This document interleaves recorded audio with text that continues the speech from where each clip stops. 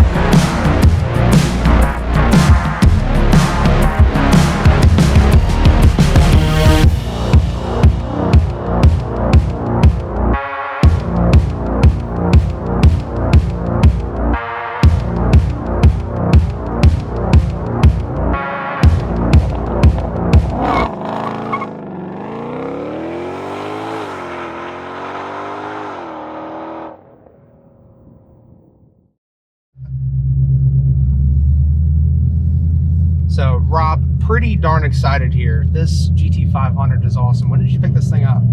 I just got it a few days before Christmas, actually, last year. So it's a nice Christmas gift to myself. Are you liking it so far? Yeah, I have absolutely zero complaints. I guess maybe the gas mileage is the only one. So you had a 2020 GT prior to this. Yep. Ruby red, so I understand why you went with Rapid Red. That one was Rapid Red as well. Because it was that's 20. That's right, Yeah. yes. So, pretty cool.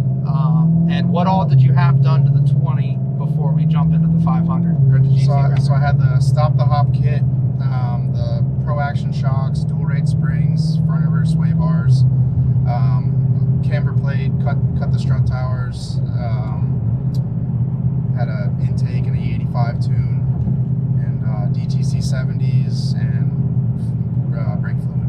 That was it with RT 660s last time out. Okay, so last time out. Are we talking about last time out at the firm? Okay, cool. So you road race, which is awesome.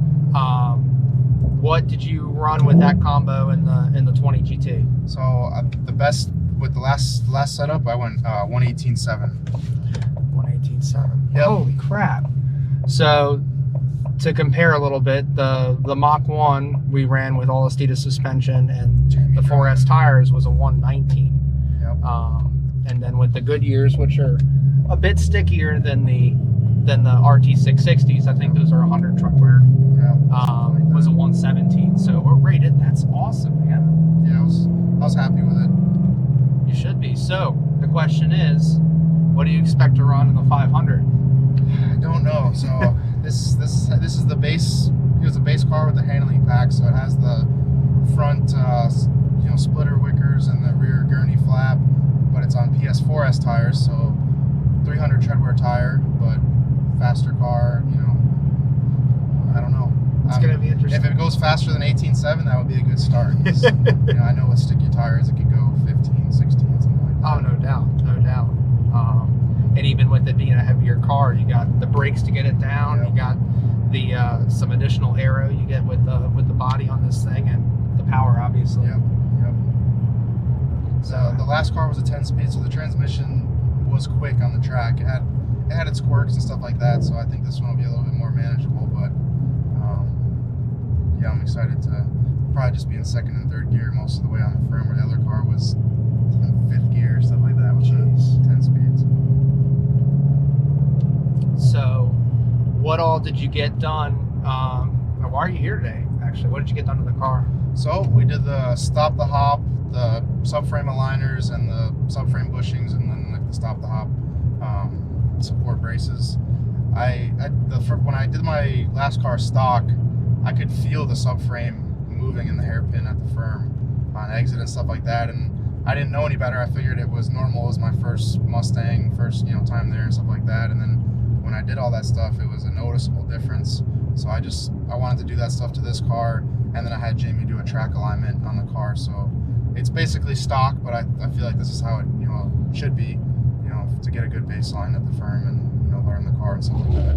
For sure. And so you do have it's a handling pack car, which means you have the adjustable strut top or strut mounts, right? Yep. So we're only able to get one side to -2.2 and then one side to -2.4. So we wouldn't need the Steeda camber plates to, probably be better to go a little bit further. Not until you want more camber. Yeah. So if you want more negative camber. But yeah, the next step after I learn the car is probably to do a wheel and tire package and some sort of spring. So, more negative camber would probably help at that point. And having these huge brakes is definitely going to limit you in your wheel selection too. Yep. You pretty much can only do 20s. Only, yeah. Jeez. And tire selection too. Yeah, so it's these tires and then the Cup 2s are the same size, and then I'm not sure, but I know people have rent Hoosiers and some sort of Goodyear size, I believe. But yeah, there's not a ton of options. So, what got you into cars? I know you haven't always been a Mustang person. Only the GT was your first Mustang. Yeah, so I do front-wheel drive and all-wheel drive Honda drag racing. Awesome. I have a low 8-second front-wheel drive 96 Honda Civic. It has a K-Series engine. And I've always been a Mustang fan. My dad's a Mustang guy. But when the Coyote engine came out originally, I thought, that's a really cool engine. That's kind of something like Honda would build if they did a V8, variable cam, dual overhead cam. Yeah. And I liked the engine a lot. And then the interior and the solid rear axle and stuff like that on the S197, I was like, okay. And then the S550 came out. I was like, man, I really like that car. It's kind of a whole package. And some people kind of complained about it, but for all the reasons that they didn't like it, I liked it.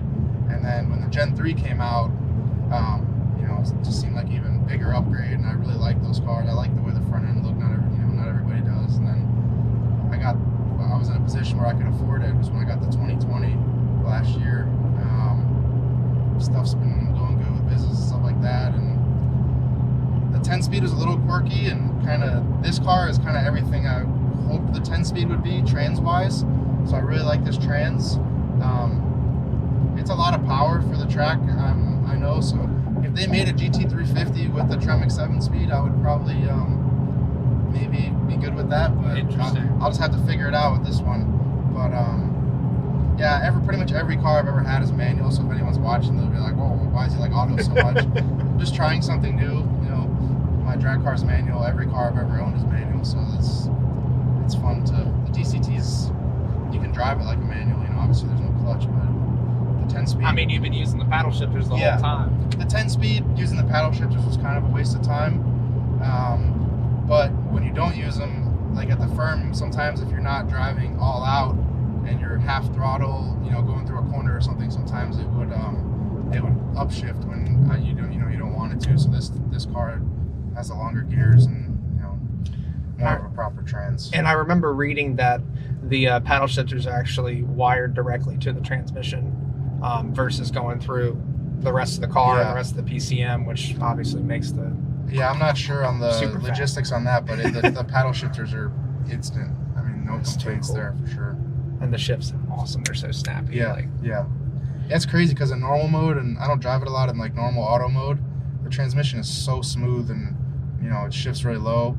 So if somebody's into like having it super tame like that, they can. But then in manual mode, in sport like right now, the transmission is just, you know, it's super direct, and you know, the shifts are. It's no lag, and it's. Definitely happy with the trans. I think that's probably one of the best parts of the car. I know some people are mad that it doesn't have a manual trans, but I think it would be hard to drive this car at the limit, especially on a road course, if it was manual. Maybe it's just lack of skill or something, but it's a lot to handle. Yeah, it's definitely a lot to handle. And the transmission definitely makes it a little faster. The shifts are, you know, super, you know, very fast. Feel free to get on it a little bit. You'll see once you go up over the hill here.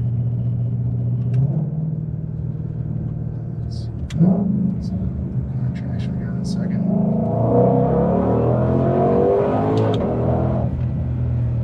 It's pretty smooth. That's full traction right there. That's a good sign, because usually it takes a pull to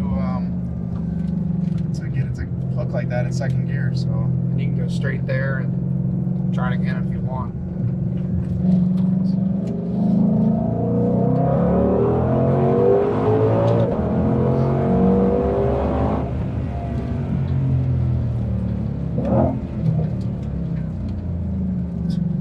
There was no drama there. Zero. That was awesome. Zero at all. I could try it first. Jeez. It's a little bumpy here, so you might want to pull up a little bit.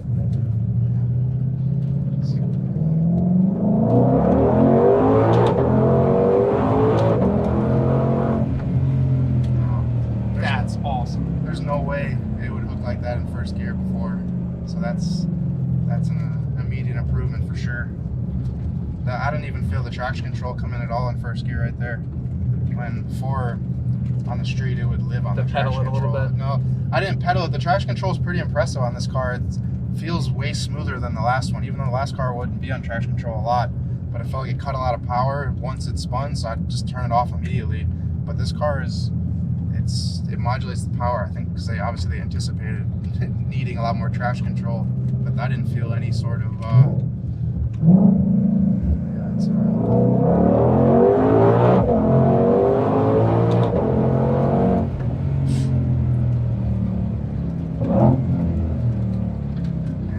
That's freaking awesome. Full traction. You want to try from a dead stop? Yeah. You're I'd pull up it's the same point, yeah, because it's there's a little bit of a bump there. No prep. Yeah. Let's see what she does.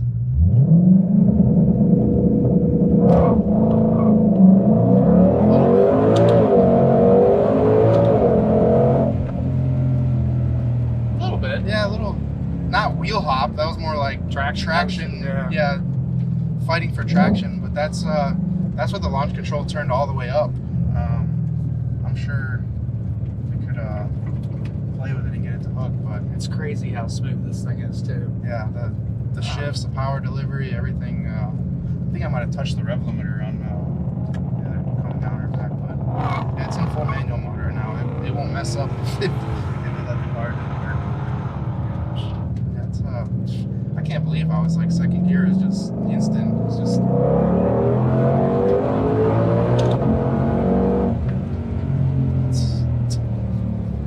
It's awesome. Holy crap. That's awesome. I'm super happy now. Go ahead and comment below. Let us know your thoughts. Ultimately, we are pretty close to where Rob lives, and he goes and tests at the firm, and so do we. So having some racing and some fun together on track is not out of the question. So let us know if that's something you want to see. Hit that like and subscribe button, that notification bell, and don't forget the most important thing. Speed matters.